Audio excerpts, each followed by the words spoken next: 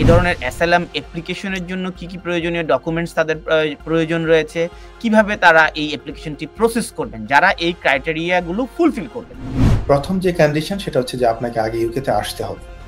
Must need to arrive in the United kingdom to claim asylum. আপনি যদি দেশে থাকেন সেখান থেকে সরাসরি ক্লেম করে এই দেশে আসার কোনো স্কোপ এই দেশে নাই।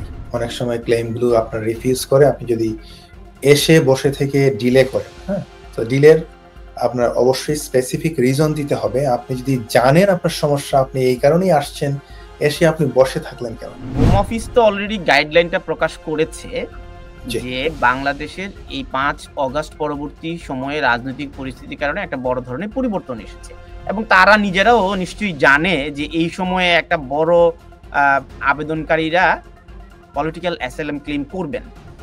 এক্ষেত্রে কি ভিজিট ভিসা বা অন্য কোনো ভিসাতে তারা রেস্ট্রিকশন দিয়ে রাখছে কিনা? Stonebridge legal solutions limited, your trusted immigration partner. প্রস্তুতির বিষয়গুলো যদি আবারও আমাদের নতুন করে যারা দেখছেন, এই ধরনের অ্যাসাইলাম অ্যাপ্লিকেশনের জন্য কি প্রয়োজনীয় ডকুমেন্টস তাদের প্রয়োজন রয়েছে, কিভাবে তারা এই অ্যাপ্লিকেশনটি প্রসেস করবেন যারা এই ক্রাইটেরিয়াগুলো ফুলফিল করবেন। জি, আমি যদি স্পেশালি পলিটিক্যাল ক্লেমের কথা বলি, যেহেতু আজকে আমরা পলিটিক্যাল ক্লেম নিয়ে আলোচনা করছি, but what ever the claim is, আপনাদের প্রথমেই দেখাতে হবে যে ফার্স্ট অফ অল প্রথম যে কন্ডিশন সেটা হচ্ছে যে আপনাকে আগে ইউকেতে আসতে হবে। Must need to arrive in the United kingdom to claim asylum. আপনি যদি দেশে থাকেন সেখান থেকে সরাসরি ক্লেম করে এই দেশে আসার কোনো স্কোপ এই দেশে নাই। সো আপনাকে must need to come with any kind of visa, and then obviously you can tell the government that this is what the problem is. Any kind of মানে including visit visa? আপনি ভিজিটে আসতে পারেন, student হিসেবে আসতে পারেন, what ever it is, but আমি inspire করছি না প্রিয় দর্শকদের। অবভিয়াসলি ওনারা ওনাদের মতোই আসবেন। আসার পরে যদি ওনাদের কোনো স্পেসিফিক রিজন থাকেন, ক্লেমের নিয়মটা হচ্ছে প্রথমে হচ্ছে আপনাকে আসতে হবে, দ্বিতীয়ত ক্লেমটা করতে হবে as soon as possible, as soon as it is practicable for you. But এটা আমরা সাজেস্ট করি যে আপনারা অবশ্যই ক্লেম করবেন যে পোর্টে আপনি আসছেন সেখানেই আপনি জানাবেন। তাহলে আপনি যে সুবিধাটা পাবেন সেটা হচ্ছে যে অনেক সময় ক্লেমগুলো আপনার রিফিউজ করে, আপনি যদি এসে বসে থেকে ডিলে করেন, তো ডিলের আপনার অবশ্যই স্পেসিফিক রিজন দিতে হবে। আপনি যদি জানেন আপনার সমস্যা, আপনি এই কারণেই আসছেন, এসে আপনি বসে থাকলেন কেন? So you must need to provide specific reason why didn't you claim earlier, যদি আপনার সুযোগ থাকে। তো এটা আরেকটা জিনিস।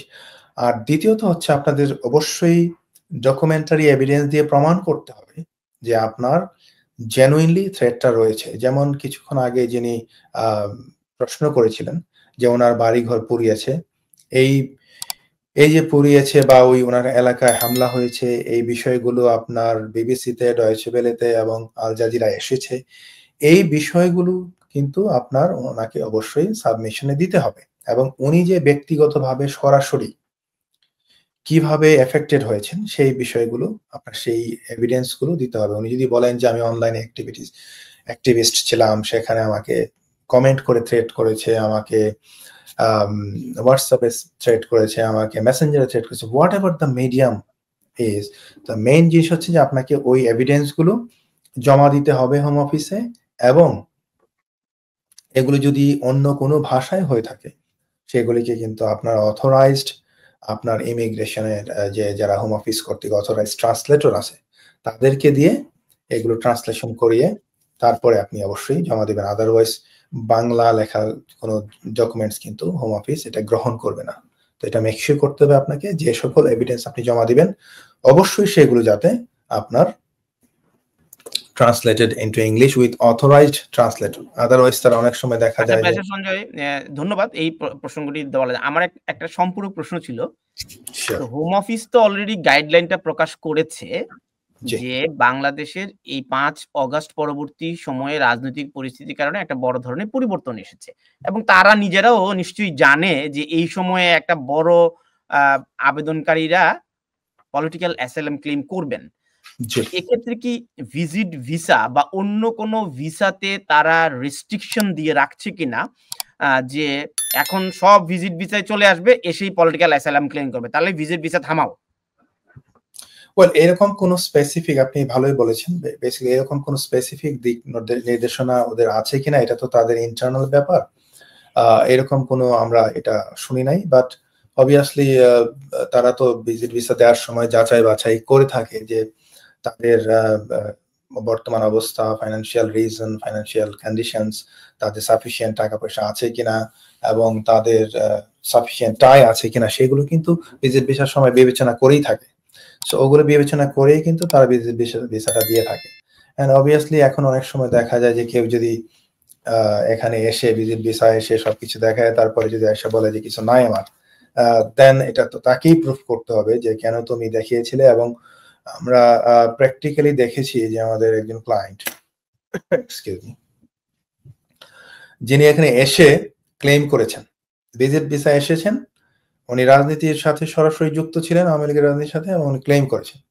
তো ক্লেম করার পর উনি যখন এখানে আপনার মেইনটেনেন্সের জন্য, অ্যাকোমোডেশনের জন্য আবেদন করেছেন, তখন তাকে প্রশ্ন করা হলো যে এই যে তুমি যে ভিজিট ভিসার সময় দেখালা যে তুমি বড়লোক মানুষ, অনেক টাকা পয়সা আছে, এই টাকা পয়সা গেল কোথায়?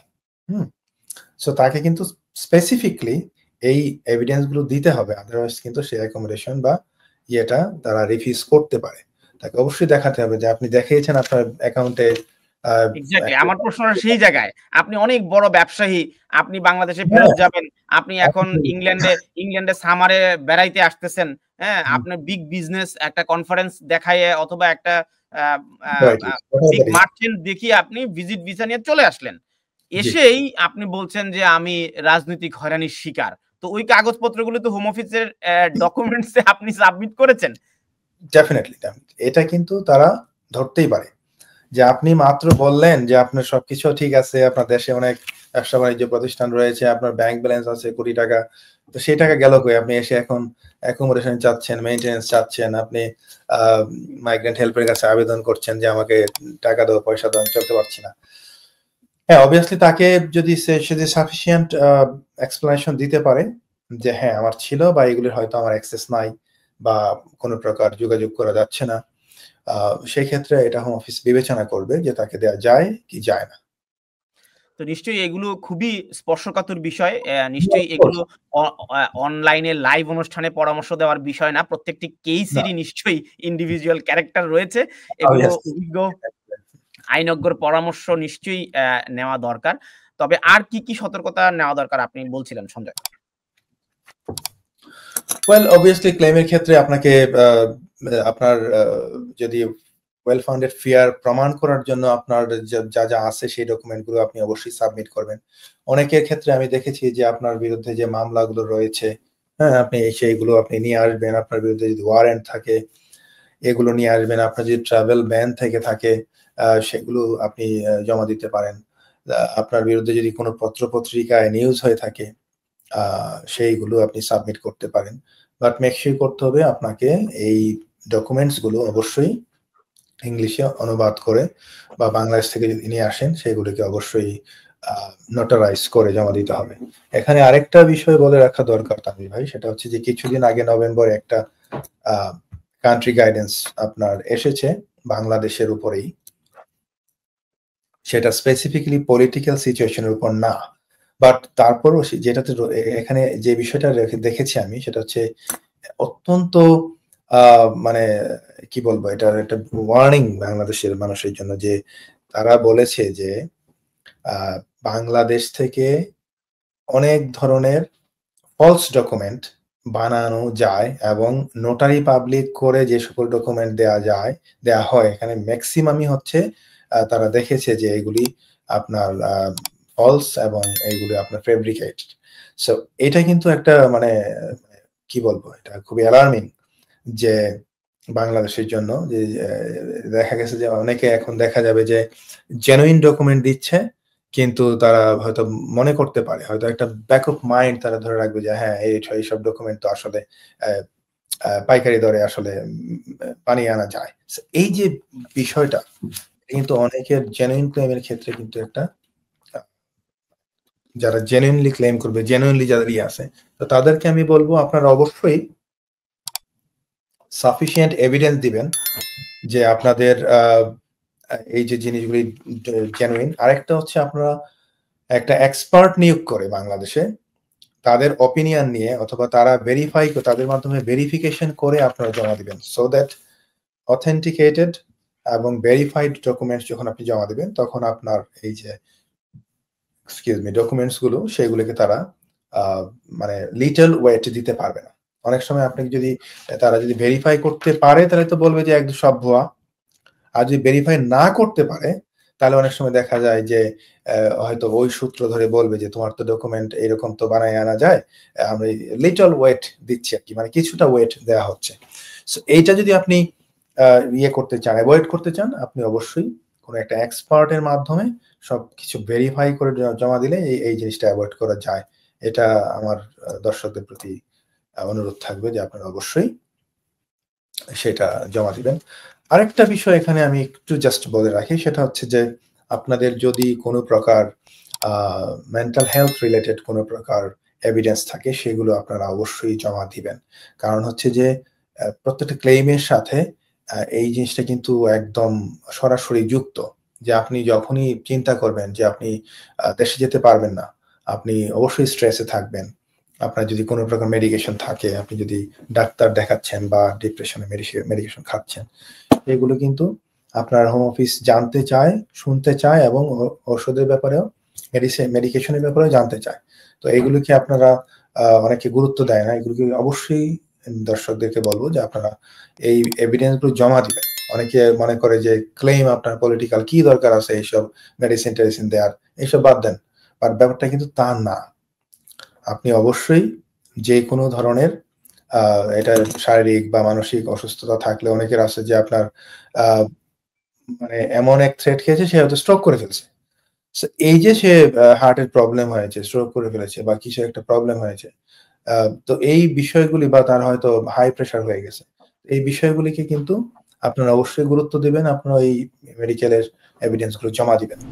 Stonebridge Legal Solutions Limited, your trusted immigration partner.